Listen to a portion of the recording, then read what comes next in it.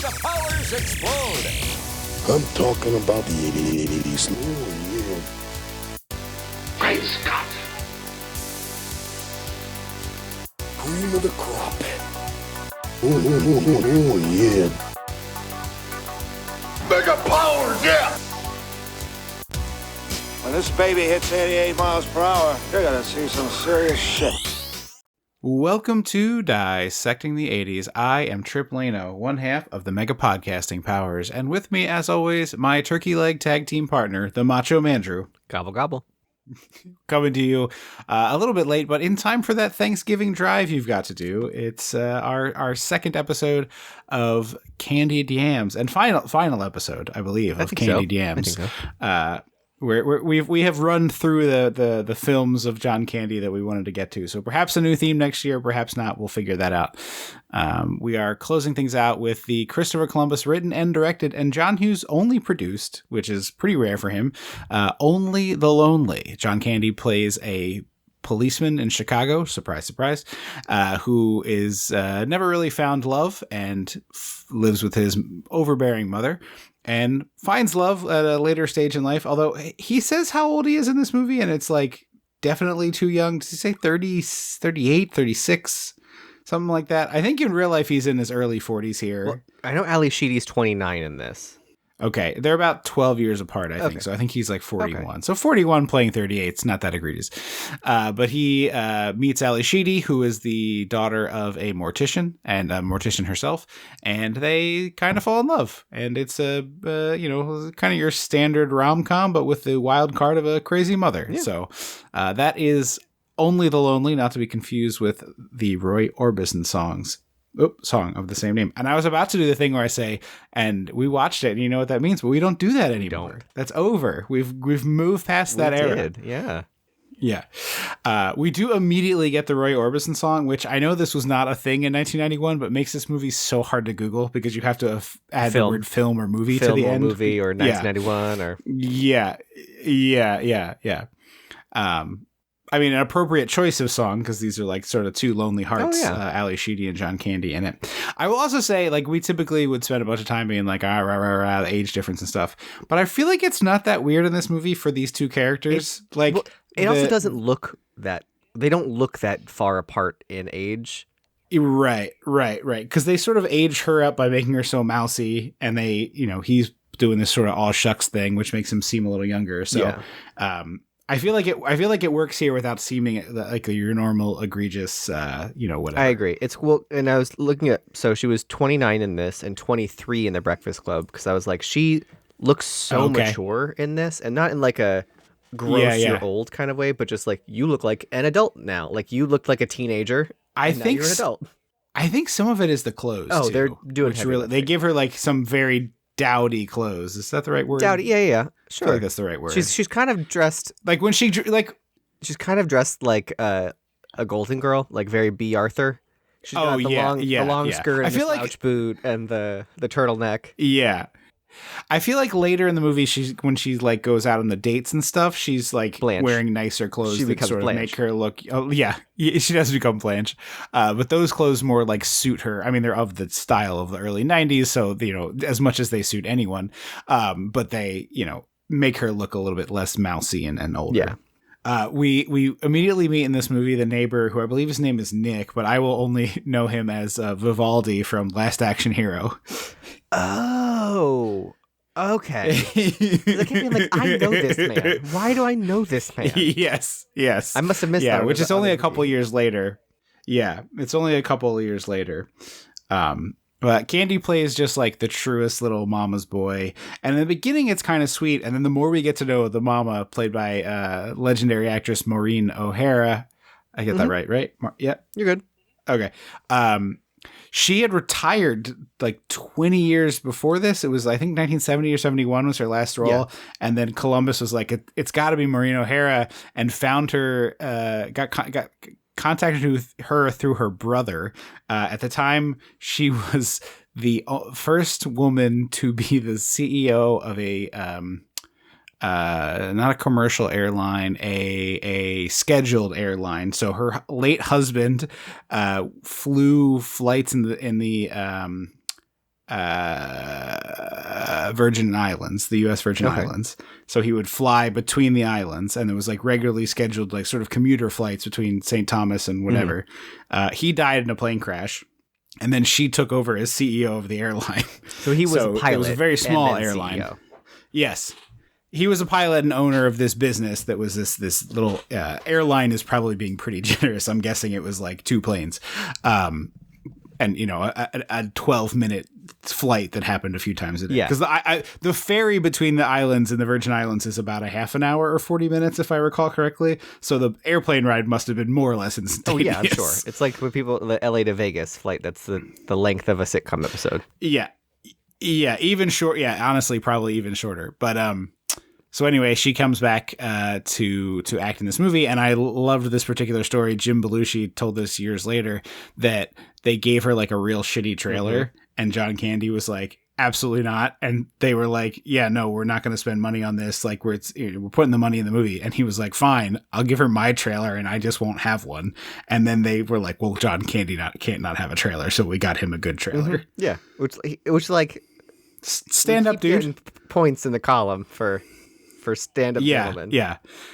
Yeah. And the other thing I will say, just big picture about this movie is, you know, everybody loves the I Like Me scene in Planes, Trains, and Automobiles. Great scene, to be clear. I take nothing away from it. But when we watched that, we were talking about like, man, he really did have like this dynamic range. And Maureen O'Hara, who worked with legends like John Wayne, who, I mean, maybe he wasn't the nicest of guys, but John Wayne, who she worked with John Ford. Yeah. She called John Candy the favorite leading man she ever worked with, which I think is like a crazy big compliment. But it's a bummer that we never got like what is that movie Melissa McCarthy did? Her Oscar bait where she was a writer. It was like, I'm so sorry. Oh, yeah. Yeah. Can You Ever Forgive Me? I think it's called. We never got John Candy's Can You Ever Forgive Me, or his like 1 hour photo, like where he does something so out of his like normal, but he is clearly skilled for. Like we were, like that is a what if machine. I would totally look into. Oh, absolutely, because like the only real example of that is his role in JFK, and I don't particularly like that movie for a number of reasons. I think it's pretty slow, but John Candy does this insane like Louisiana Bayou accent, like oh me you, and just this like. And this like whiny nasally voice, and I'm just like, the one time we got Candy doing like this big dramatic, like a small part in a big drama, it was just like this weird thing that I'm just like, no, thank you, sir or madam. He walked so John Voight and Anaconda could run. I mean, it's honestly, it might be worse because the John Voight one is also funny, but this one is like the John Voight one sort of matches the ridiculous tone of that movie, I should say, is what I was getting at. I'm very curious for that movie remake, reboot thing. Yeah. Well, there was also, was it Japanese or Korean? There was also one made in an Asian country that I'm not remembering, and I feel like a fool for. Anaconda remade. And because I was trying to look up information on the Jack Black Paul Rudd remake, and I kept getting this other one that had come out this year or last year. Hadn't heard about that one. Yeah, there's Anaconda Fever is in the zeitgeist. Apparently. So we're having breakfast. It's Mama O'Hara and John Candy. He's telling her about her eyesight being no good, and she proceeds to tell him that he's a fool, and then put orange juice in her coffee. He says, "Hey, my buddy got tickets to this baseball game," and she says, "Well, we have our weekly bingo night." And immediately he folds with zero pressure. Folds like a cheap suit. He does like the barest minimum of like, oh, come on, you'll be fine. And then he has the first, I honestly think these visions are kind of my favorite part of the movie, where he imagines the horrible things happening to his mom. They're like a better version of what happens in A Christmas Story. Yes. Well, it's sort of like, was it Throw Mama from the Train? Throw Mom from the Train, yeah. Sort of, I felt, maybe I'm misremembering, kind of lived in the fantasy world. I think you're right.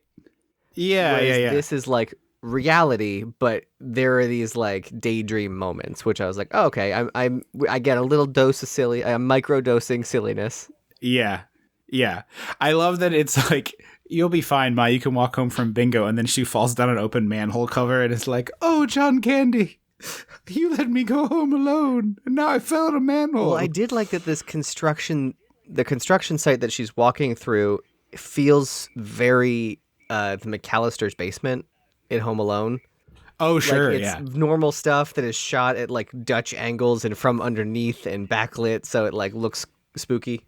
Yeah, it's pretty solid.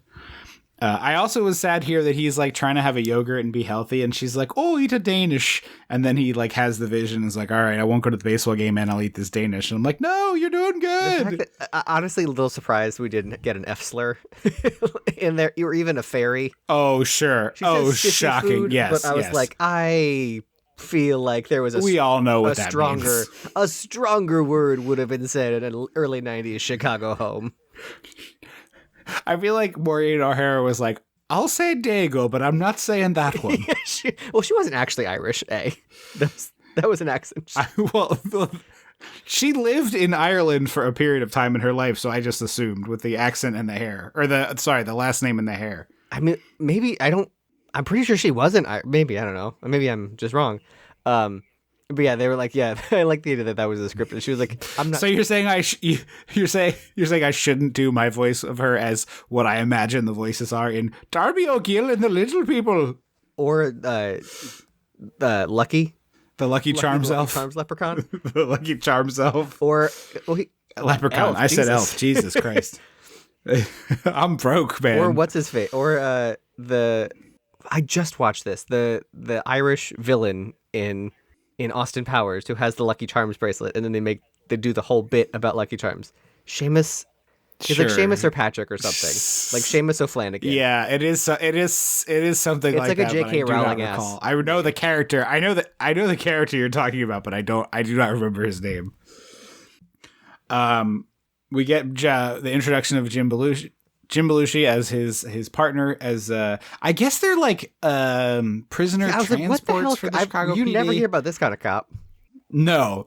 Well, I think it makes sense because it's like they need to be like very low danger, right? Mm-hmm. And like city cop, even in a movie like this, is like some level of danger. So they need like a low stakes police job if they're going to make him a cop. So this does fit. Yeah, but like I guess he could have been like the Midnight Run. Is Midnight Run? Was that one with? That was a yeah. He could have been like that. And yeah, that would have been a cop, like a bail bondsman. No, Midnight Run was not. Midnight Run wasn't Midnight Run the morgue. No, that's Night Shift. Night Shift. Midnight Run is De Niro. Yeah, sorry. Night Shift was what I meant. Like he could have just been like the guy picking up the body, because that also would have very easy meet cute. Yeah, that could have been part of it. It's like he delivers one to Ali Sheedy or something. Mm-hmm. Normally it's her dad, but then this one time it's her, and he's like, oh, sure. I also really like this conversation with Belushi, where he's very aggressively describing his wife, sex with his wife, but in the most PG of terms, which I wish I had written down, but I didn't. But it's like it's like very, very much, look, it's daytime television. We got to be careful what we say here. Yeah, it is the weirdest description of a vibrator I've ever heard. Like until he said it looks like a centipede, I was like, what sex toy is he talking about? Because he's holding his hands out as if it's like he's holding a box. And I was like, huh? Yep. Yeah. Oh, that's right. He implores John Candy to seek. Does he tell John Candy to seek professional help, or says that he just sought professional help, and then they get into the whole vibrator business? I can't remember. Okay. It's irrelevant. It's not that important. But Belushi does know exactly when John Candy last got laid, which, like, I don't know. That feels weird for straight guys. I don't know. I mean, they're like best friends, and so he like knows that John Candy doesn't have a social life. So it's like it might not be he knows exactly the last time John Candy got laid, but he's like, the last time you went on a date was, with that kind of thing. Okay, that was a very bad Jim Belushi. That was like a prospect. Uber driver slid in there. I was trying to get to Chicago, Jim Belushi, and I on the way there, I got into the Uber. Now I was had a moment trying to remember what the Chicago, your money clip. I was like, what does John Mulaney say with the Chicago? You have your money clip. Oh. You throw it at him. Yeah. He's disarmed. Your fake wallet. Your fake wallet. I've been working one way, you run the other. It's really hard to do other regionalities right now. I have to acknowledge that up top. I was just doing Delco a whole bunch with some folks at my office when we were talking about regional accents, because I love a regional accent. Oh yeah, and they're sadly dying off because of the internet. And there was a pretty good clip of one of the guys from what's the Ruffalo show? Task. The main, I think he's the villain. I only saw a couple episodes as my wife watched it, but the guy with the long ponytail doing like a go down the road to the Wawa, pick up a couple of hoagies, a couple bottles of water, get your ass back here, and we're watching the friggin' Eagles game. You know, that kind of thing. Yeah. So you know. Some people can do it. Some people nail it. Some people, you know. Yeah, weirdly one we all know on this podcast, us here and you out there, that I'm not very good at the voices. I feel like Delco is in the zone for me. I think so. Yeah, I'm well, it's because more than most. We grew up in Chester County and like had enough. There's enough bleed of Delco speak. Yeah, out there. Yeah. Also, our parents have a bit of a Delco. Well, plus I lived in Baltimore, and Baltimore's regional accent is almost the same. So close. Yeah. Baltimore? Yeah. Baltimore for Baltimore is one of my favorite swaps. Yeah. Joe Flacco. Yeah. Baltimore. Go down Baltimore Ave, go to the Wawa, give me a hoagie. Come over Sunday. Yeah. All that good stuff. I don't want to be here for 2 hours doing Delco voice. People will throw their podcast. I don't know. There's a lot of it is very popular on the internet right now. To like Delco voice people. Yeah, I mean it's like we had Mayor of Easttown, now we had Task, so we're having a moment. Yeah. What I really liked watching that show over my wife's shoulder periodically was like how often I could spot stuff, and I was like, "Oh, it's Westchester Pike." The Ritas in that show is like 2 seconds from where I live. Oh, and my husband was like, "We could have been extras easily," and I was like, "Probably, you definitely could, probably, have, dude." But we know somebody who worked on the show. Oh, that's right. I forgot about that. Perhaps a couple people who worked on the show. I'm sure. So. But yeah, and anyway, Martha Plimpton's house is like a decently well-known house in Drexel Hill. Like we drive by it to go to my boyfriend's mom all the time. Okay. Back to the movie here. They get off their shift and they go to this restaurant, and it's never explained in the movie, but the entire clientele of this restaurant is cops. And it's not like a bar; it's like an Italian restaurant. I thought it was a Greek restaurant. Okay, Okay, I didn't remember the national. I wasn't. I was saying. I was just throwing out that as the first thing that came to mind. It's just like a regular old restaurant. It's not like a bar that they're all, we're having a drink after work. It's like, no, everyone is at a restaurant. Yeah, it's not the Brooklyn Nine-Nine bar that they. Right, don't they fight firefighters about at some point? They do at one point, yeah. Oh. They have a drinking contest. It's not a fight. And then we cut to his brother, John Candy's brother in this movie, who is the small soldier's dad and the guy from Veep, whose name I don't remember. Yes, it's Kevin.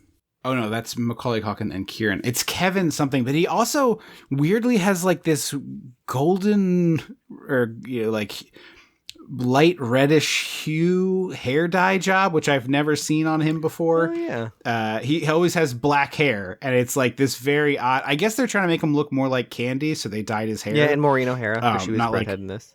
Yeah, because like Candy's hair is not red, but it's like you can see that one of his parents was a redhead, maybe in the tint of his hair, and color. They do the same thing. Yeah. I hope that I wrote this actor's name down later, because he's a character actor I like. I think it's Kevin something. Yeah. They're really I looking at them, I was like, oh, that's really Kevin Dunn. Kevin Dunn. Like I know him as from Veep and Small Soldiers, which I haven't watched. Small Soldiers I forgot about in forever. I need to find that and rewatch that one. I almost threw it on like 3 times in the last year, and I just never picked it. I always went somewhere else. Yeah. Also, we're talking retirement at 38, which I was like, God, I picked the wrong profession. Jesus H. I've told this anecdote like 86 times in the podcast, so I apologize. But when I worked in Frederick, there was like a fairly high up member of the police for the city, and he retired. And then I saw him at the local jewelry store outside with like a vest on and stuff. And I was like, oh, hey, how are you? Like I knew him from the job, right? Like he was high enough up that he would do interviews. And so I just said hello to him. And then I was like, I thought you were retired. He's like, I did. And I was like, but now you're working here? He's like, yeah. And then I realized like, oh, sure. You hit the age where you could grab your full police pension, which is like 20 years of service. So you might be 38. He probably realistically was like 40 or 42. There's a lot of times you need a college degree these days. It's like, so you're probably 40, getting a full salary as a pension and doing a second job. I know to draw a second with my company's full ass salary. Pension, I'm pretty sure I heard someone say that you can only work part-time once you retire and start collecting your pension. Okay. Like you have to report, like, obviously. And I was like, that makes sense. Yeah. Yeah. That seems like a very reasonable thing to me. But yeah, they're great brother casting. I was like, oh, this works. They do. Yeah. They do have a good energy, and they get into like a little fight over the mom, which continues out throughout the movie. He's clearly like, I have no interest in dealing with her, and you're a rube. But he keeps lying and saying he does. Yeah, exactly. Like, why would he give? Well, I don't even think it's like you're right. I don't even think it's like you're a rube. I think he's like, this is your job, so I don't have to do it. That too. You know. We cut to Candy and his mom at their favorite bar with these two bachelors that they hang around with. And while they're sitting at the table, these two very drunk men are dragging a third man in. And it's then revealed that it's a corpse. He's dead. Which is definitely like a thing I have heard stories about from back in the day. But like, you don't mean the bring 90s back in the day. You mean like... No, like this, I don't know, the 60s or 50s or 70s. I don't know. Yeah, back when things were older, lawless. But not ancient. Somewhat, yes. When nurses in the NICU were smoking over the babies, you know. Right. Also, sorry, before we go too far, the other thing that it's crazy is the two brothers when they're talking. I think this is when this happens. It might be later, so I apologize if I'm jumping the gun. But they start talking about like, oh, mom's getting old. She needs to like retire to Florida. And Kevin Dunn is like, you know, I know he's a lawyer, so he's somewhat connected to the police force. He's like, oh, I know so-and-so. I bet we can transfer you. And I'm like, you don't transfer a cop from Chicago to Miami or whatever. Like, that's not how it works. That sounds like a sitcom. Like, there might be an opening. Right. It's like there might be an opening for a job and he applies for and gets said job because he's like got experience as a cop. That would make sense. But it's not just like, all the cops in America are on like the cop network. It's not, that's not how that works. It's not the more cop of a franchise network. Situation, really. Right. But he also talks later about how this is an investment opportunity for him, and I was like, "What are you investing in?" Like, yes, you're selling the house. Like what? The house, I guess. Yeah. I think it's like the Florida real estate, maybe. Maybe the '90s loved talking about moving into a condo with your mom in Florida. That was like peak. Yeah. Peak '90s. Yeah, for sure. So he flashes his badge to try to get this situation resolved because the funeral director, Ali Sheedy's dad, is in there with Ali Sheedy, and he's like, you stole a corpse from us. This is a crime. We need this back. Yeah, this is a criminal crime. And then there's like a kind of like smile across the bar between John Candy and Ali Sheedy. And at one point, the guys are trying to get the corpse to drink whiskey, and they're like, what, did you sew his lips shut? And I was like, I wouldn't ask questions you don't want to know the answer to because it's not his lips. Right. I'll let you know right now, it's not his lips, but it's somewhere else in his mouth. So let's not ask questions if you don't want the answers. Also, the thing I kept thinking when like the two men sitting with John Candy and Maureen O'Hara are like, oh, look at that pretty girl. Go say hi to the pretty girl. Go say hi to the pretty girl. I was like, these men keep calling themselves bachelors, but they're definitely a gay couple, right? I was that's like, definitely what they this should have is. been a gay couple. Like, yeah. Well, then Maureen O'Hara would not have sat next to them. No, but I mean, confirmed to the audience. We don't need to tell her because in her eyes, they're fair. Bert and Ernie.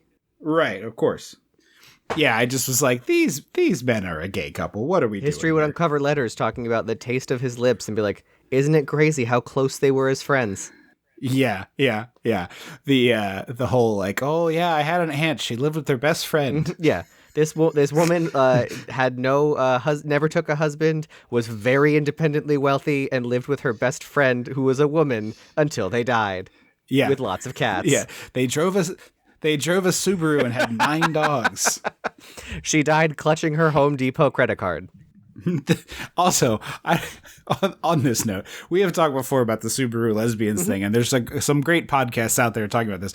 The latest Subaru ad I saw was a lesbian couple and 2 dogs, and I was just like, okay, guys, we don't have to do like. They were big. They were big boys. Okay. I don't think they were pit bulls, but they were like sizable doggos. And I was just like, guys, come on. Like, we know that you lean into it, but there is limits, isn't there? Yeah, but I mean, like, I give credit that they're in this day and age, they're putting a queer couple in an advertisement. That's fair. Yeah, that's fair. I was like, the only thing that would make this more stereotypical from my understanding of limited understanding is if Melissa Etheridge came out with a guitar. No, as if there was a U-Haul attached to it and they were moving in on their second date. Here's what it is. It's a U-Haul attached to the Subaru. Camera pans out and Melissa Etheridge is standing on the moving U-Haul playing Come to My Window. Wouldn't it be like, so I guess if it could be a U-Haul branded spot where she's like, fill up my U-Haul and move into. I like that. That works. I'll be home. You know, like it even fits with that part of it. Honestly, don't know any other lyrics to that song besides "Come to my window." That's all I got. I'll be home too. Isn't that the second part? I just said I have no idea. But I thought if I said it out loud in the right tune, you'd be like, oh yeah, that part. I just got that. So John Candy, the next day goes to the funeral for the dead guy in the bar. And the 2 bachelors see him and point to the back to say, hey, Ali Sheedy's back there, buddy. Yeah. He is like so beautifully self-deprecatingly charming.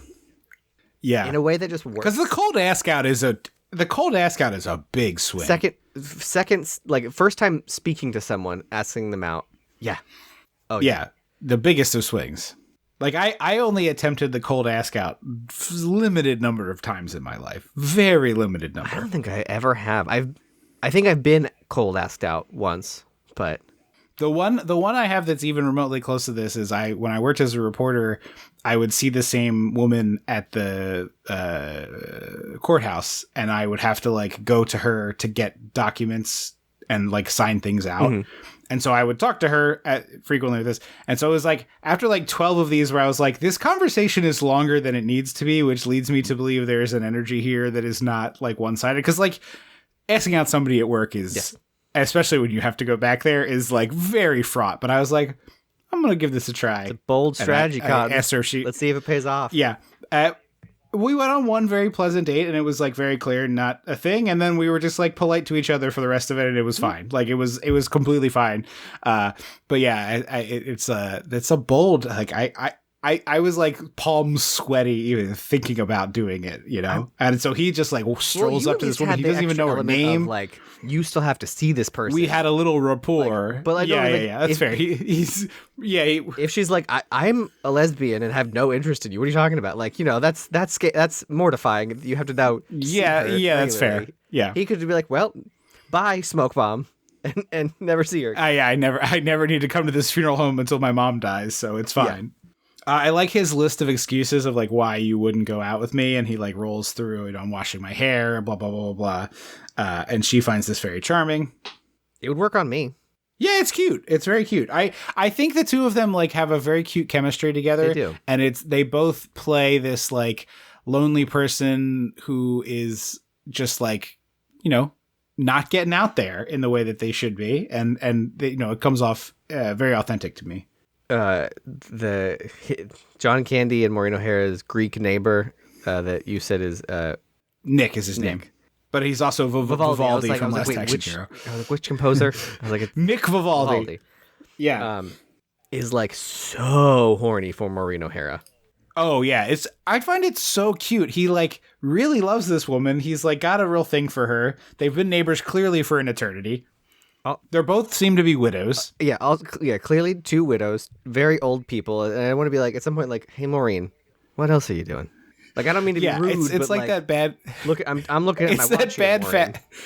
It's that bad Family Guy joke where it's like Rhea Perlman and Danny DeVito, and he's like, "It's me or nobody," you know, and it's just like in this instance, it's him or nobody. Like, how many suitors do you have, Maureen O'Hara? Stop being such a goddamn racist. Yeah. That's the part that starts to, like, at first it's kind of just like, oh, he's, kind of like, he's almost 40. He's lived with his mom his whole life. Like, of course, he's kind of used to this and used to taking care of her. His dad's gone, yada, yada, yada.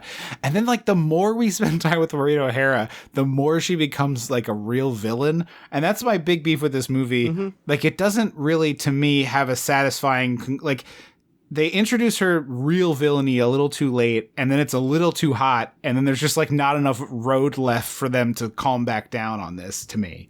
Yeah, it's like, because obviously, maybe if you made this movie in 2025, you wouldn't have to redeem her.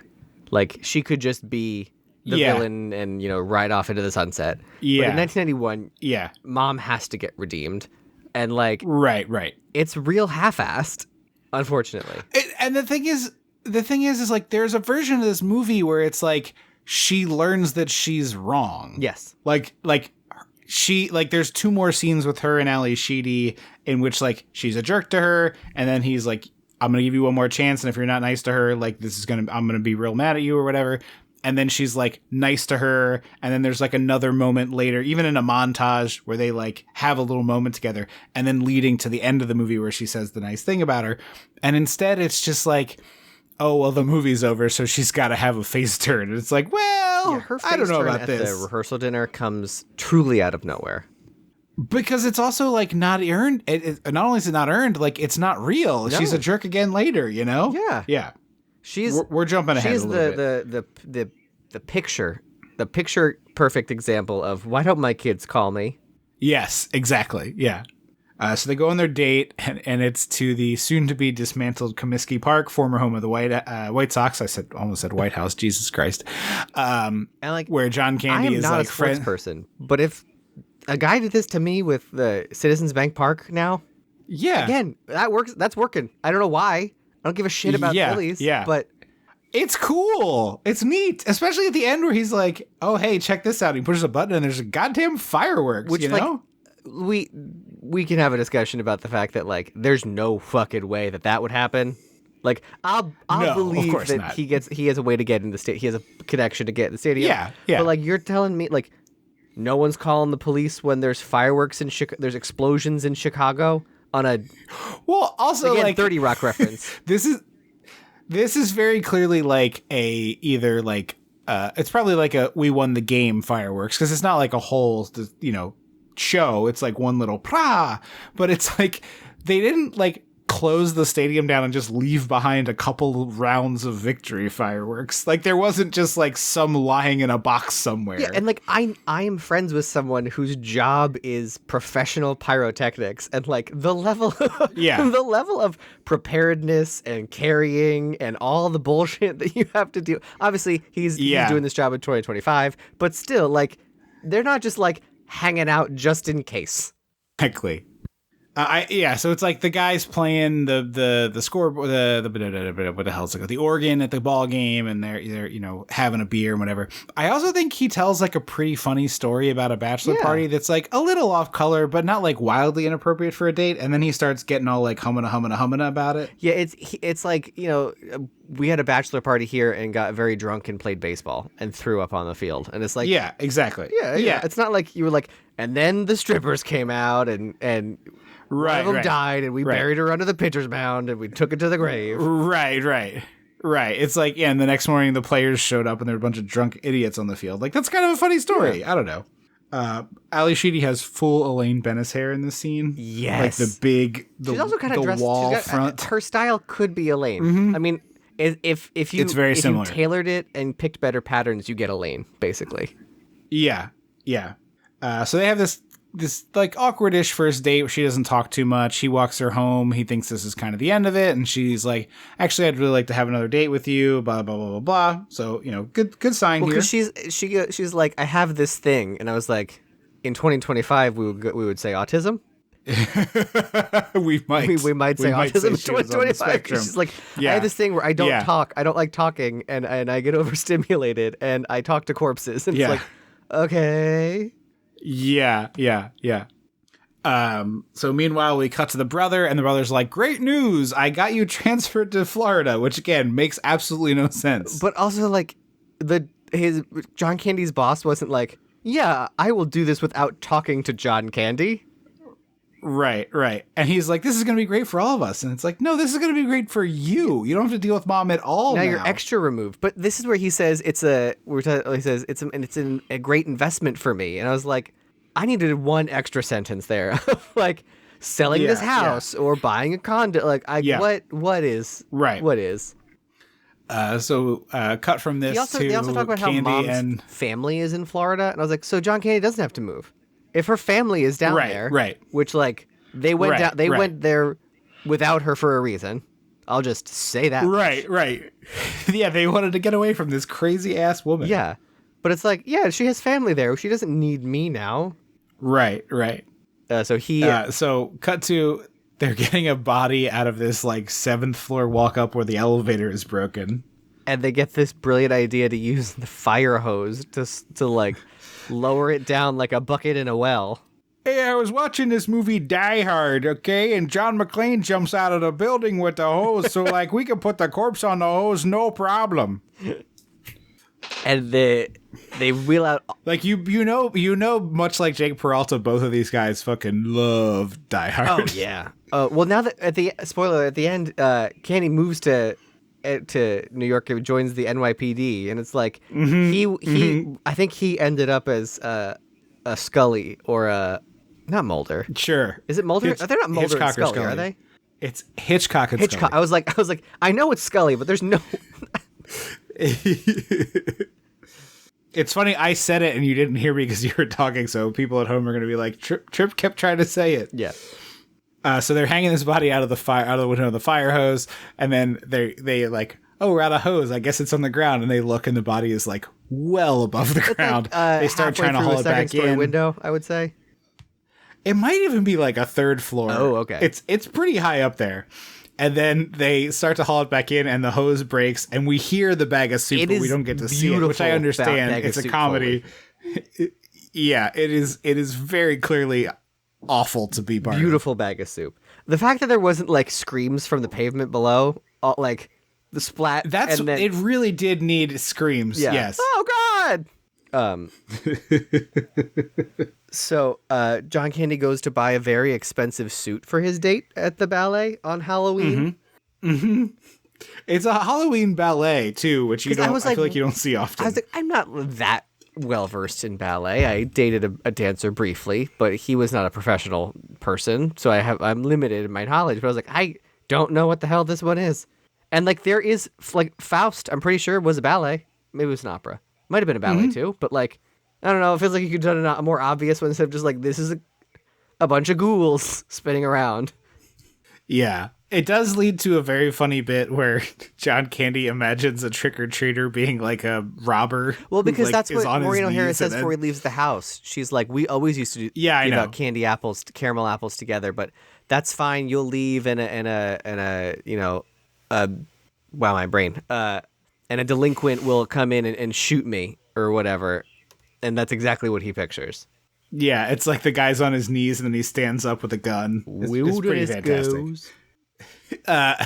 Yeah, I will say I think Maureen O'Hara is like very funny in all the dream sequences. Like she is a very hateable heel in the rest of the movie. Like a great performance. But I really love all of the dream sequences, in particular the final one, which is like the most ridiculous. Yeah. But she's just fun in all of them, which like isn't what you would expect from such a very like accomplished dramatic actress. That like she's also like she'll take her hair down and have some fun. Yeah. If you don't know Maureen O'Hara by name, well, you probably are familiar. She's the mom in the original Haley Mills Parent Trap. She played Esmeralda in the 30s Hunchback. She's in a bunch of John Ford and John Wayne movies. And she was, like the Searchers? Wasn't she in? I keep wanting to say Sound of Music, not Sound of Music. Gone with the Wind. Isn't that her? Isn't she in that? I know Vivian Lee is. Isn't she also? I feel like that would have been all over her wiki, and I don't recall that. It does emphasize that she's in Miracle on 34th Street. Yeah, she was Miracle on 34th Street. I think. Are you confusing the fact that the character's name in Gone with the Wind is Scarlett O'Hara? That could be what I'm doing. Okay. I think she might have also. I just lost it. I had one, but then you mentioned Scarlett O'Hara, and I lost it. I'm sorry. She's in Miracle on 34th Street. In case we talked about that. She's the mom in the original. And there's a very nice moment where they hold hands, and it's genuinely hilarious how big John Candy's hand is next to Ali Sheedy's. Yeah, it's like dwarfs it. Andre the Giant in Princess Bride. Yes. Levels. Yeah. So they have this nice all-night date, a big smooch. Maureen O'Hara is getting foisted off to John Candy's brother, but she's still having the house surveilled because she's a psychopath. Yeah. Yes, and lots more Sicilian racism here. But then the neighbor's cool about it. John Candy's like, "What the hell, man?" And he's like, "What? I'm gonna lie to her. Don't worry." Yeah. Like, as far as I'm concerned, she left at 11:35 on the dot. Mm-hmm. Which, like, SNL just starting. He come out for the monologue. I'm surprised that he didn't like ring a pot, like bang a pot and pan or something when he saw her. Like, I'm surprised there wasn't some kind of like Ferris Bueller Home Alone-y type like. Oh, Maureen! I went into straight Mario on that. I didn't even try to do Greek. I went straight Mario on that. Also, we're both doing Italian, and he's definitely he's Greek. He's explicitly Greek. But yeah, like I'm surprised there wasn't some kind of like rattle the gate or something to like give him a heads up. Yeah. It's a 91. Dan Aykroyd returning to be the host. I tell her about the monologue joke. He come out, he go, aye. John Candy's a disaster. He say something about a ghost of blowjob. Historically, he keep talking about a ghost of blowjob. Factually accurate, the ghost of blowjob. The ghost that couldn't get enough of him, ripping off of the pants. His pantaloons. People. He took off his pantaloons because he was dressed as a Henry VIII for some reason. People in the audience are going, well, what is he talking about? He keeps talking about a ghost of blowjob. We laugh. Is this fake? Is this funny story? What are we doing? Yeah, he's a disaster of a cook. He's also still wearing like this work sweater, which this movie definitely to me feels like a sitcom, but was a movie instead. Yeah. Like this premise feels like a King of Queens or something like that would have run for like 9 years. Yeah. But like his spaghetti is half out of the water. And I'm like, I was screaming. I'm screaming. What's under the spaghetti that's stopping it from going into the water? Right. Because the answer is he put like 2 pounds in there. It's so full. But even if you do that, it softens enough that it sinks into the this is like as if the pan is designed to only be half the height of the pasta. Yeah. I had a long fight with my wife about I'm very against breaking the pasta. The it's like, I'm an adult. Don't break the noodles. And she's like, well, then they're not going to be even. I'm like, what are you talking about? It's like 10 seconds. And she's like, no, it's not. I'm like, yeah, you put them in, like 10 seconds go by, and then you use the tongs and you push them all under the water. It's like very negligible amount of time. And she was just like, okay, I guess you're right. And then I'm watching this movie. I'm like, push it underwater. And he finally gets over there and does it. They like hold it and they twist it before they drop it. So it kind of like fans out and it like looks nice. So it kind of sinks on its own. I've never been able to master that one. I have done that, but I still push it down. Oh yeah. I don't take anything to chance. Also, the pot that is boiling the pasta is so scorched. Oh my God. It's like halfway up the sides. Like it's going to be a huge pain in the ass to clean this pot. For sure.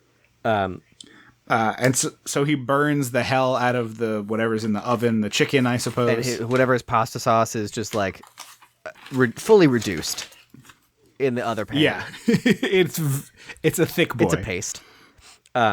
So they skip dinner and go right to his room, and they don't show us what happens. Shockingly, they do the classic like 50s movie like fade across. Yeah, and they just cut to her waking up. I mean, although I will say like. Pretty nice little move where she's like, I wasn't hungry anyway. And he's like, oh. Yeah. So last night. Also way too much parental oversight where, what's her face? Sheedy is like, I told my dad I was spending the night at my girlfriend's. And I'm like, you are in your 30s. You don't need to tell your dad where you're going tonight. I mean, like, I guess it's weird to be like, I'm going to go spend the night at this man's house that I've only known for like a week. Like, I don't know. I can see that being a weird conversation. I think you just say, I'm going out. I'll see you tomorrow. You think what I mean? You think if we were living at home, either of us living at home, we said to our parents, "Hey, I'm going out. See you tomorrow," with no elaboration, you think that would fly? You think that would be the end of the conversation? At 30? Like, I gotta think we're all going like, yeah, I don't need to know your comings and goings anymore, my man. I have a hard time believing that would be the end of the conversation. Not in like an invasive way, but just like, just seems crazy that would be the end of the conversation. I'm going on a date. I'll see you tomorrow. Like, end of story. I just feel like we don't need more details than this. I guess. You don't need to be lying to your dad about where you're going. Anyway, breakfast in bed, as you were saying. And so last night, Mom got picked up by the brother, and today she's walking back to the house. And I was like, she walked home, and she said she took a train. But I was like, yes, I'm genuinely surprised that this woman can take a train by herself with all her fears and racism. Yeah. I guess early in the morning, she thinks there's no delinquents out and about. Yeah. Well, they sleep in. Yeah, of course. There's some really good business here with like John Candy is physically large and Ali Sheedy is physically small, so they like have her hiding behind him and doing stuff like that. I think is pretty walking fun. Down the hallway and she's like crouched behind him. Yeah, there's a good bit of silliness where like he hands her the breakfast tray and it's like rattling and she's he's so like nervous. reaching behind to quiet it. Yeah. It's pretty good stuff. Oh yeah. But so he successfully sneaks her out of the house, and he and Nick give like the Great Escape. No, not the Great Escape. The Sting, like a nose. They basically do like a nose wipe to each other. Yeah. Nick's like, I try to tell her all about the ghost of blowjob. she breathes right past me. To be clear, we are not doing an impression of a human man. This is a silly character we're creating. This is Mario. It is Mario, the character we've inserted here. Charles Martinetti. Oh, yeah. The voice of Mario. Yeah, the OG Mario, not that Chris Pratt bullshit. We go to dinner with Ali Sheedy and Mom. Mom is really ridiculously rude to her about her body, and then to her face that she's like, you're built like a boy, a 13-year-old boy. And I'm just like, fuck you, lady. Don't sit here, Ali Sheedy. Don't take this. Yeah, again, this is where I wrote, Mom's the poster child for why don't my kids call me anymore. Yeah. The server comes around asking for their drinks, and Mom goes on some tirade about beer. John Candy's like, just any beer, please. And Ali Sheedy goes, double vodka on the rocks. And I was like, yeah, that's right. That's correct. Not even a couple olives in there. Whew. No. Maybe she's like a Beth Dutton, and she doesn't like olives or vermouth. Maybe. And then the mom immediately starts in about how that's the drink of an alcoholic. Oh my God. Like immediately is like, oh, well, you're clearly an alcoholic. And like, Ali Sheedy stands up for herself and fights back. And what does she say? She says something about like, oh, I'll gain. Oh, because she says vodka has the same calories as a ham sandwich. And I was like, that seems insane. Like, I know vodka isn't 0 calories, but like that seems like a lot. Also, like, what ham sandwich are we talking about? Yeah, is it a Leno ham sandwich? Because then there's problems because it's a Scooby-Doo ass sandwich. But then right. She says to Ali Sheedy, and she responds by going, well, maybe I'll have a couple, so I'll put on some weight and then grow breasts for you. Yeah, and I was like, okay, good. She's gonna stand up for herself. Waving my fingers and snapping like I was at a drag show. And then it's time to order. Candy gets a salad and a shrimp cocktail and a steak. And Ali Sheedy is like so uncomfortable and just orders grilled chicken, which like nobody wants the grilled chicken. No. Come on. Also, like not even like with a side. It sounds like it's just grilled chicken, which like, oh God. Yeah. Who hurt you? Yeah. And he's like, don't you want an appetizer? No. And then the mom is like, well, I'm going to order even less. And he's like, what the hell are you doing? She's like, saving you $50. I'm going to eat the bread and then have a sandwich at home. Yeah, and then it comes out that Ali Sheedy's only half Sicilian, the other half is Polish, and we talked about it before. But like, truly, what was everyone's problem with Polish people? It was just racism. I mean, what's so funny to me is like, well, I guess this isn't funny at all. It's evil, but like, very clearly. At some point early in the 20th century, it was like the racism just like shifted along the various European races as they like gentrified or like merged or whatever. And it was just like, clearly the racism just like slowly slid along to the next group. And then they were like out of white people, and they were like, oh, I guess we'll just other all the people who aren't white from now on. Yeah. And they like just forgot about all the Europeans as the racist thing. But we talked about it a bunch because there was a janitor in my elementary school who would tell us Polish jokes, and none of us understood why Polish people were stupid. Yeah, I'm using liberal air quotes. So yeah, it's just like I was like, yeah, I mean, it's just nonsense. Yeah, it's complete nonsense, obviously, as all racism is. But yeah, there's just like I'm going to be very clear. I'm not trying to imply that there is a logical racism ever in the world, but it's just it's so funny to me that Polish people were the butt of the joke forever. Yeah, but like Italians were before that, like Irish people, like that. You know, you can see historical signs of like no Irish need apply or whatever. She throws around Dago in this movie. She does throw around Dago all the time. Yeah. One of my favorites of like the racist terms for Italians, I forget what movie it's in, but the guy specifically calls the guy a Dago wop bastard. So it's like the double stack racism and then just a bastard on top of it, which I always thought was funny. I guess we shouldn't say any of these words, but well, we can say the Italian ones. We're Italian. We are half Italian. I guess that gives us cover. But yeah, she talks about her friend being so stupid, and it's just like, lady, there's nothing to do with the fact that she's Polish. She was just dumb. Like you can just be dumb. It's just part of it, you know.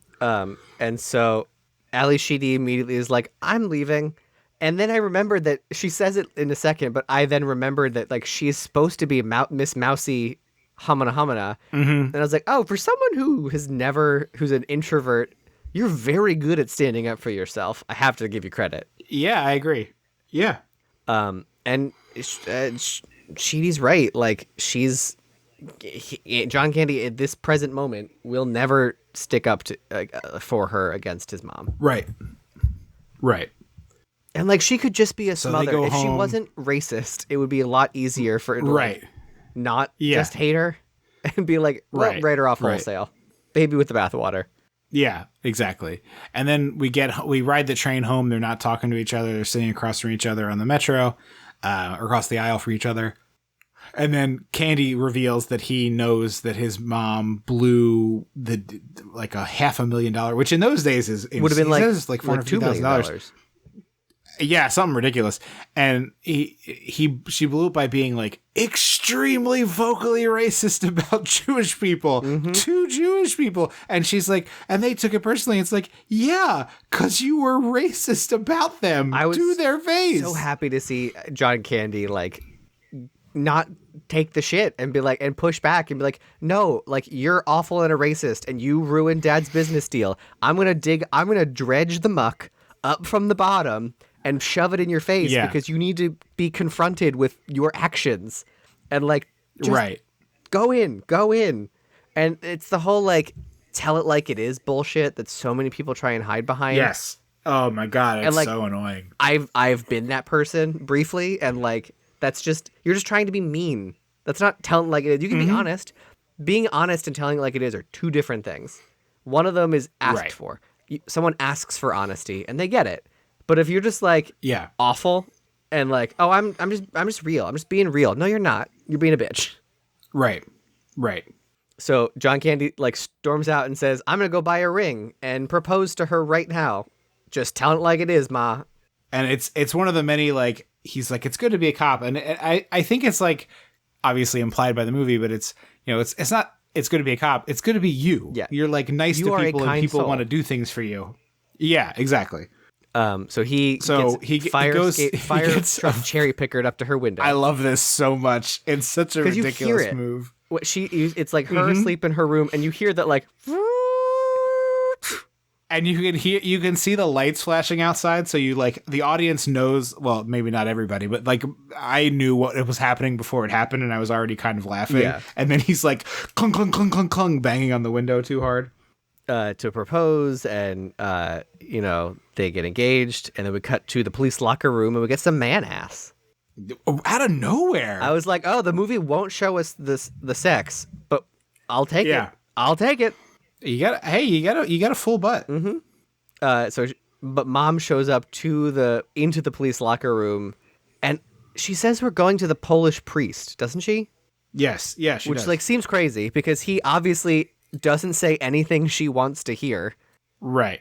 I think what she's trying to do there is be like, I'm not taking you to the Irish priest. There's 2 priests at our place. We're going to the Polish one because I'm, a woman of the 90s. I'm not a racist now against Polish people. I think it's what you're saying is like, look, I'm even going to go talk to the Polish priest because I trust him. Okay. So yeah. Also, I just the classic, like, and still exists in many movies of just like the miserable husband trope of just like, no one put a fucking gun to your head, bro. Oh my God. Like, come on. Between Disney World t-shirts and Boardwalk t-shirts, like that business is booming. Yes. Yeah. The priest immediately takes Candy's side where he's like, very clearly you are afraid of being replaced, and she gets very huffy about it. And then she goes in this rant about like, I don't want to be the little old lady who waits in line to talk to people. And they do that because they're all alone. And I'm like, hey, maybe they're all alone because they've driven away everyone who might care about them by being awful racist. Just a thought. I don't know. Right. It's like also like many racists have friends. They're other racists. Unpleasant Just person find the to other be racists. around. Right. But that's what I'm saying is like, not only are you racist, you're unpleasant to be around. So even other racists are like, actually, fuck that lady. Yeah. If you weren't such a turbo dickhead, maybe people would like spending time with you. Yeah, people don't want to spend time with you because you're terrible. Like, stop being awful and a racist, and maybe people will want to be around you for any amount of time. Right. So John Candy and his brother are trying on suits, and immediately his brother is like, maybe you shouldn't marry this broad. Maybe you should just move to Florida with mom, because... And he keeps being like, you could do so much better. And I love Candy's response that he like puts his arm around him and looks in the mirror. He's like, yeah, this is the cover of GQ. You and I, look at us, jamokes. Yeah. Because like, it's like, normally when people say you can do better than her, it's because like the person is deeply unattractive or like is way below you in social status and like has no motivation. But like, she's an attractive young woman with a job. Like a successful career in a pretty recession-proof business, I might add, because we all gotta die. A fully recession-proof business, yeah. I mean, we might have less open casket stuff, but I mean, you still get paid for the other ones, Yeah, and it's like, so that's why the whole like everyone keeps saying you can do better, and it's like we needed to give her like, I don't know, like something wrong with her, like a missing eye. Yeah, like no teeth.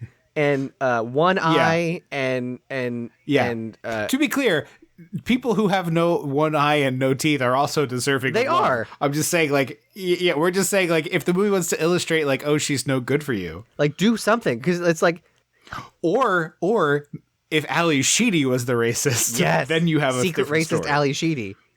Right. If she's in here talking about all the Dagos and stuff, then there's a problem. But mom's a different kind of racist. She's like, I'm not racist against those people, so I don't like her. Right. It doesn't line up. Yeah. They're like North Pole racist and South Pole racist. No, that attracts. They're oil racist and water racist. They just don't mix. Yes. But it's like very clearly John Candy's brother is like, I can't lose my meal ticket, so you cannot go through with this wedding because you have to deal with mom. Absolutely. Right. And John Candy, like, he's confident and takes no shit now. Like, he and Teresa, Ali Sheedy, are like objectively good for each other because they are both growing as people as the result of this relationship, which like is the benchmark of a successful, healthy relationship. Right. Also, it's just 2 nice ass people who just like each other. Just leave them alone, But John Candy punches his brother in the fucking face. Yeah. It's actually really great. Like, Kevin Dunn immediately is like, I totally deserve that. I'm sorry. And it's like, oh, I'm shocked by how this went. Like, the thing where you like fake out, where you like just push your chest towards someone. Like, yeah, son, that's what I thought. It's very satisfying that he does throw the punch. That he stands up for himself and then when pushed, throws the punch. Yeah. And then we cut to Candy hanging out with Teresa while she's making people over in the morgue. And he finally opens up about how being emotionally vulnerable and like saying like, I've shouldered the weight of my entire family for years because it was just I didn't have a choice. That's just how it went. Right. This is the scene I was talking about earlier. I was like, man, he could really do the dramatic stuff so well. Like he really like this performance here is subtle and nuanced and like interesting to watch. Like the way that he plays this and the micro expressions that he uses and like all of that stuff. And it's like, man, he could really bring it. Like, and I'm not surprised by it. I've seen him do it in a number of movies. Like hell, there's even like a scene in The Great Outdoors where he like, after Dan Aykroyd gives his lie, is like, oh, yeah, and he like apologizes and with this like real heartfelt sincerity, and so it's like, yeah, man, like he could bring it. It's such a bummer. Like so many good comedies we didn't get, and also like his eventual dramatic turn. Right, it would have come around, or like the 2000. If not that, the like. Tarantino sticks him in something in 2000 era. You know what I mean? Of like he gets the reclamation project from like a Rian Johnson or whomever, you know. He would have like he very easily would have been in like a Poker Face episode kind of a thing. Yeah. And that's the other one with like I was thinking about Rick Moranis, who like is perpetually almost coming back. He's allegedly coming back to this Spaceball sequel. And I'm like, how are none of the like cool hip directors who do the like resurrection projects, which thankfully have started to include women too, how are none of these directors like, somebody get Rick fucking Moranis on the phone. Like, get him in a movie. What are we doing? I think it's also that kids are like 30. I think it's also that like Rick just is super selective now because he can be. He doesn't need money. No, 100%. But I'm saying like, I'm talking about like, a real part from a really good director. The kind of thing that a selective person would be like, okay, sure. Yeah. That makes sense. You know what I mean? Again, he would have been a great Poker Face like person. Yeah, would have been. Yeah, for sure. We could have had callbacks to fucking Little Shop. Like, come on. Sorry, I'm trying to catch up on my notes. I'm trying to find my notes. All the nice things I wrote about John Candy. Oh, it's rehearsal dinner. Lots of like fun toasts from random people. Like I really like Nick's where he's like, I would speak Greek, but no one understand me. He gets a good laugh. And he's like, but to speak Greek, you only need to know how to say this. And he says these two nice Greek words. And he's like, that means I love you. And they're like, nice little moment.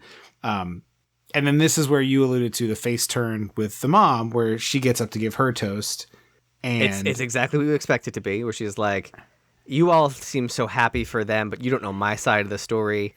I'll never accept her as my daughter-in-law. And it's like, this sounds right. And then she goes, she's like, looks up and like has like, the glitter effect, the glitter filter and the slow blink eyes of like, because I'll only accept her as my daughter. And it's like, huh? Since when?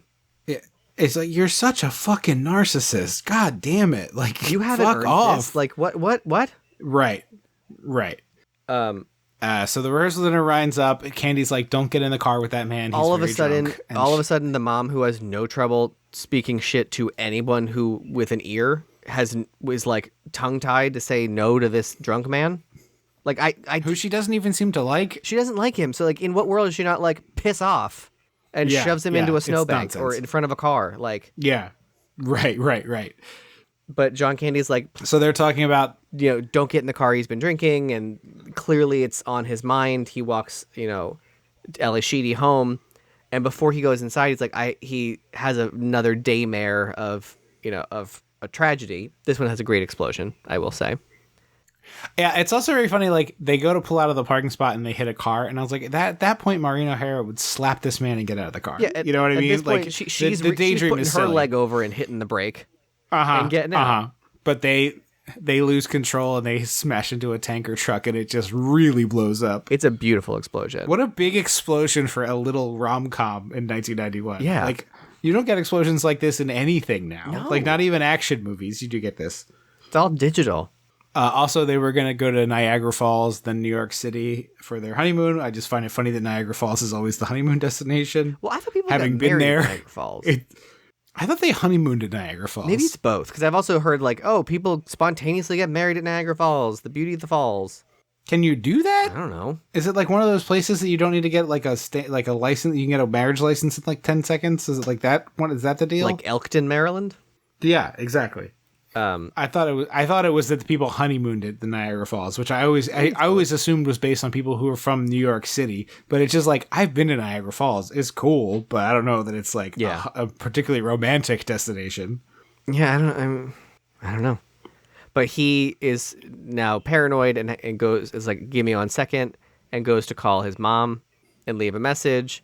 And like, of the things John Candy has done to be like a spineless wimp, this is not one of them. Mm-hmm. No, I agree. Being like, hey, I told my mom not to get in the car with this drunk man. I'm concerned that she did, so I'm just going to give her a call, is like the most reasonable thing he's done in regards to her this whole movie. And I think if he said that to her, she probably would have let it go. But it's the like, hold on, I got to do this thing. And he goes across the street and it's just like, it's always going to be this. I'm just always going to be, this is always my life. Yeah. And they kind of leave it. She's like, look, she's always going to be in the middle. Like, it's never going to be just us. Yeah. And then the next day is the wedding, and she gets dressed and stays home. He gets dressed and drives to the church and then leaves without going inside, which like, huh? Very strange. Yeah. Like, they both get the cold feet and don't show up. Could you imagine being at a wedding where neither of the people showed up to it? Well, I'm like, I guess that's what happens in The Office. Now that I say it, and that is also in Niagara Falls. Now that I think about it, they don't know that they do have the wedding at there. No, Jim and Pam go, and then the day is crazy, and the two of them slip away and actually get married at Niagara Falls on the boat, and have this like little moment together. Yeah, but they go back and have the wedding. Go do the. Yeah. Yeah, so that's what I mean. They have, but they take forever to get there. And everyone thinks they're not coming, I think, is the plot line. Yeah, because like, if I'm at first, I'm like, is the food here? Like, did we have to go to a second location for the reception? If not, can I sneak over to a caterer and be like, the food's here, I'm here. We don't have to tell anyone. You, me, and the other cater waiters can just eat these shrimp puffs in the back. Like, that's fine with me. Right. I'll give you the $150 check I was going to give the couple. That's clearly not happening anymore. Y'all can split it. Yeah. Right. And we'll eat crab cakes. So we go back. Yeah. Mini crab cakes on a pesto. We go back to our sad life routine, and we go to the bar, and Doyle, one of the two who we think might be gay guys, is dead. And did not have a family, so no one shows up to the funeral. It's quite depressing. Yes. It's quite depressing. It is. And, like, frankly, I thought this scene could have used that trope that happens a lot in movies, and, like, they did it in that one episode of Bob's Burgers where, like, Louise had different jobs, but, like, it's just been, like, the camera and John Candy stay pretty fixed. And we just see like the same cycle repeating itself. Oh yeah. He's brushing his teeth, I know exactly sitting what you're at the talking table, about. like that kind of thing to show like monotony. Yeah, because they only show like one It's like they show one day, and it's clearly a repeat of the beginning of the movie. But I'm like, so is it the next day? Like, how long has it been? Right. How far? Yeah. I think there's no snow when the wedding happens, and then there's snow here, but I'm not sure. Yeah, there is definitely snow here. No, there is snow. It's snowing on wedding day because she's in her room. Oh, okay. So he sees his future basically with this dead guy of like, there's no family. He's got a sister in a nursing home. She's not coming. It's just these three randos that they hung out with the bar. Yeah. And so he goes to the back of the funeral home and he looks over this like weird wrought iron gate that we haven't touched on. That like, don't know why that's here. And looks at Ali Sheedy but wimps out and walks away. And she looks up, and I interpret it as that she sees him personally. I think she senses his presence, but he's gone when she looks. Okay. Also, it's completely ludicrous that she is working on a corpse where a person at a different funeral, could just like walk by and see the body. Yeah, that's normally a very like hidden away thing because of how the basement. Yeah, gross it is. Yeah, I mean it's in the basement. Yeah, Also, she's like watching these old movies and doing the makeup like they're Clark Gable or whatever. The whole thing is a weird enterprise for someone to walk in on. Yeah. So they go to leave, like move to Florida, and Mom finally kisses the Greek guy and like clearly is like like heart eyes. It's a pretty good smooch. Pounding out of the chest. Her leg. She gets the Princess Diaries leg kick, and then goes inside. She goes inside, and John Candy goes in after her, and he's like, "I can't move to Florida with you." And at first, I thought Mom was doing a Harry and the Hendersons, but it just reads as she's a bitch. Yeah. Yeah, I was like, you're just the fucking worst person on earth. Like, you're a horrible person. She's like, wow, I never want to, wash your sheets or make your bed or make you breakfast again. I've sweat for you. Like, you're disgusting. This is a relief to be away from you. And she leaves and then comes back in and says, like, I'm sorry. And I'm just like, no, I'm sorry. You think that's going to work? Hold the fucking phone. Yeah. It's like, also the movie thinks you think the movie is setting up for the classic, like the house is empty, everybody's a little melancholy, and she's just so goddamn mean. Yeah. Well, and we get confirmation. She's like, you're going to ship me off alone? And he's like, no, these 4 family members I'm naming are going to be are going to be waiting for you. And immediately she's like, well, the uncle always wants to look up my skirt. And it's like, yeah, ma'am. No one wants to look up. No one's looking up your skirt, lady. Also, she doesn't just call him a ball and chain. She calls him a ball and chain around her neck, which feels worse to me. It does. She's awful. But then immediately she's like, you know what? You should go to find your love and have kids and get married. And it's like, and she says, I'm not so lovable. And he agrees with her and then says he's joking. I'm like, no, you're not. She's not. She sucks. She sucks. Yeah, she's awful. The worst. So he goes to the funeral home, but finds out she's already headed to New York City to follow her dream to be a Broadway makeup artist. Right. Which, like, if she's successful, that means she's just painting Elphaba green 6 days a week.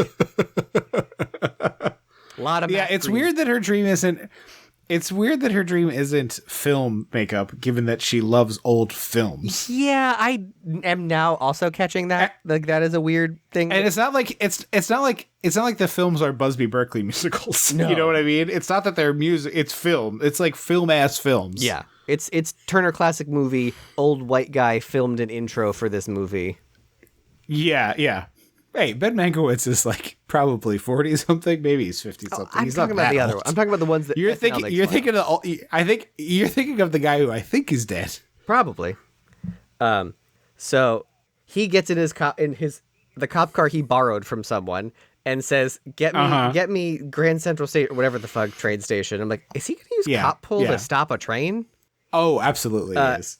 And then we cut to Mom. Also, there's a moment. There's a moment he does like a Blues Brothers power slide in the cop car, which looks very cool. Which I really like. Like, Columbus does a good job of drinking the sun. But then we cut to the plane. But I thought we were cutting to the train because we were just talking about the train. And I was like, this is a plane set. This is not what a train looks like. And a flight departure. And I was like, huh? Yeah. So I found that to be like a poor edit. So Mom is on the plane, and turns out John Candy gave his ticket to the Greek neighbor. But, oh wait, Mom's still an insufferable bitch. Yeah, absolutely. And then Nick really like plays it against her, where he's like, you want to kiss before the plane takes off? And she's like, no, I'm going to bed. And he's like, well, at least we'll sleep together for the first time. And he's like being a real smirky guy about it, and she's so mad. And I just love him being like, yeah, but then they hold hands and we're supposed to be like, oh, but I'm like, get out, Nick. Yeah. Get out. Yeah. Speaking of Chicago accents, the train conductor, clearly an extra, I'm guessing, or maybe it's, I don't know, it has like the best, like, deep, thick Chicago accent of like, all hey, passengers folks, we're going to need to. Yeah, we're going to have to get everybody off the train for some security reasons. So sorry about that. And it's just like such a funny, like thick, deep Chicago accent that they slip in this movie. Also, it's like literally 10 seconds. Like, everyone gets off, he yells Ali Sheedy's name, and then you hear like, all aboard. Yeah, I was like, we should probably pretend a little longer, because if I was a passenger on this train, and I had to get off, and I'm like, oh, we got off so that cop could confess his love? Yeah. Who do I talk to about getting a free fucking train ride? Yeah, these things are always like, it's like, if you inconvenience me for this reason while traveling, I would kill you. I would be so mad at you. Although I will say it is a train version of the RomCom airport trope, so like that's fun. Yes. And different. Yeah. And we repeat the asking her out bit of like, let's get back together. Let me give you the reasons why we shouldn't. He says he's gonna. Also, it's crazy to ruin all these people's day traveling when he could just like have gone to New York via plane and probably beaten her there. Oh, yeah. Waited in the train station, like had a sign made that's like as if he's her chauffeur. But he says he'll put them first and move to New York City and join the NYPD. He's got a buddy at the 9-9. They kiss and have a happily ever after, but we get one last. I've been calling them daymares. This one's a daydream. Yeah. Where this is the one where I was like, oh, this is why this movie doesn't get replayed on cable all the time. Mm-hmm. Like, this is why this movie had a hard stop 10 years later. Yup. Mom and Nick foil some brown people terrorists on a plane. Yep. One of whom has a grenade. BT dubs. Yeah, holding the pin like threateningly, and Mom does like. And it's very funny that she kicks all their asses. Yeah. She kicks all their asses. It's quite a lot of fun. And then, so all the other times she's spiked the camera and been like, I hope you enjoyed your date while I died. But this time she's like, don't worry about me. I can take care of myself. Yes. And then, it sort of like zeroes in on like a Looney Tunes cartoon. Not really. But that's what it feels like. Mm-hmm. That's the end of the movie. Yeah. And that's the end of the movie. Mm-hmm. I really like Candy's performance in this. Like, I think it's fun to see him do this romantic lead thing, which he maybe has another one, but I can't think of it if it exists. It's like not the flavor that I normally feel like you see him in the comedy zone. I would agree. And I think he's good at it. I think the two of them have nice chemistry. The mom is too big of like, it's a great performance, but the villain is so big that it just kind of overshadows everything to me. Yeah, I think it would have served better if she was not a racist and was just like overbearing and smothery and like sabotagey. Yeah. I think the reason that it's a little bit more towards this is because I think what you're describing is what the throw mama from the train lady is like, that she's just like overbearing, but I can't recall. Yeah, it's been so long. But yeah, I think the performance is good. I think Sheedy is really charming in this as well. Like, I think the two of them work together. It's a great cast. Like, it's, very good character actors up and down. Maureen O'Hara is great, but it's one of those ones where it's like, there's nothing wrong with it, but it doesn't soar, I guess is what I would say for this movie. Yeah. And I think what really is like, this probably would have, it's a John Candy movie. It's fine enough. Like, it would have aired forever, except for the fact that there's like a hijacking scene at the end. Mm-hmm. And I guess you could just cut it entirely. Like, you could just end it at the happily ever after on the train with really no repercussions. I think so. Or just cut to Maureen O'Hara on the plane being like, I can take care of myself. Yeah. Like, you can just easily cut it, but I just wonder if they're like, but no one cares. Like, no one likes this movie isn't that popular. It doesn't it's not like it's beloved, so who cares? Yeah. And it's not like if it was, we'd get an AI edit where it's a different people hijacking the plane. Yeah. And I was also going to say, it's like kind of vaguely Christmas at the end, but it's not like a Christmas movie, which I think if it was a Christmas movie, then you would have a different situation. I agree. Like, if it was more overtly Christmas, I think this probably would have aired more just because it's like perfectly fine and not offensive. So yeah, it's an odd one where it's like, I have no real ill will against it. I can't imagine watching it again. Yeah. And also it's bizarrely impossible to find. The bootleg version of it that I spent like a long time tracking down is a Cinemax cut, and that's the only version that I can find. It like has the Cinemax logo at the beginning. So I don't know if they own this movie or what. They might, maybe. That seems crazy, but maybe. I just can't. I have no idea why, but it's like you can't rent it, you can't stream it, it's not available. Like, as far as I can tell, there's not a lot of physical media availability. I think German Apple TV has it. Okay. A little hard to get. When I went to Just Watch, it said German Apple TV has it. And I was like, oh, okay. Set your Apple TV to Germany and see what happens. Yeah, right. But yeah, it's obviously hard to recommend because it is not easy to find. But I wanted a movie to end the John Candy with, as opposed to sure. Yeah, I mean, you could do worse. It's just that it's like kind of a nothing movie. Thank you so very much for listening to the show. That's been the end of Candied Yams. We will be back in December, of course. We have got an episode coming your way on Airplane on the main feed, and then on our Patreon, we'll have the annual Christmas Mentary. This year, we will be doing Home Alone, so another 90s edge case movie, another John Candy. Small part for him in that. So that'll be our annual commentary track. That comes out on Christmas Day. Normally the Patreon episodes come out on the 1st, so be a little bit late between episodes this time. Hope you all can forgive us for that. But we'll be back on the 15th with Airplane, which is a pick from our Patreon supporter, Tom. We'll be doing an episode on another great Leslie Nielsen comedy this year. Two Leslie Nielsen comedies this year. That was his first comedy, wasn't it? Thank you all. Big comedy, wasn't it? It's a great question. We will have the answer on that episode. Because I think we talked about how when it's like when the opposite of when they put Bruce Willis in Die Hard. They're like, why is this romantic comedy man in an action movie? I think we've mentioned that like people are like, why is dramatic serious actor Leslie Nielsen? I think you're right. Yeah, I think you're right. I think it might be the first. Well, we'll talk about all of that and the Zucker Abrams Zucker films in a few weeks on the 15th of December when we're back for Airplane. So we're 1980 and then 1990 back to back on the episodes for December. Thank you so very much for listening. I've been Trip Lano. I will always be Andrew Lano. Until next time. Don't you forget about me.